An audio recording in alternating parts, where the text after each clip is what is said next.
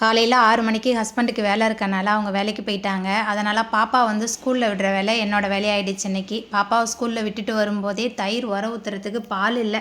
கடையிலேருந்து வாங்கிட்டு வந்துட்டேன். வந்ததுக்கப்புறம் வீட்டு வேலைகள்லாம் கொஞ்சம் இருந்தது. கடகடன்னு அந்த வேலையெல்லாம் முடித்ததுக்கப்புறமா முதல் நாளே வந்து இந்த சீத்தாப்பழம் வாங்கிட்டு வந்திருந்தாங்க. பழுக்கவே இல்லை. அரிசி பானையில் வச்சா சீக்கிரம் பழுத்துரும் அப்படின்னு சொல்லிட்டு தான் இதை அரிசி பானையில் வைக்கிறதுக்கு எடுத்து வச்சுட்டு இருந்தேன். சீத்தாப்பழம் ரொம்ப டேஸ்ட்டாக இருக்கும். எங்கள் வீட்டில் எல்லாருக்குமே சீத்தாப்பழம் பிடிக்கும். ரொம்ப ரேர். இப்போ வந்து முன்ன மாதிரிலாம் சீத்தாப்பழம் வந்து கிடைக்கிறதே இல்லை.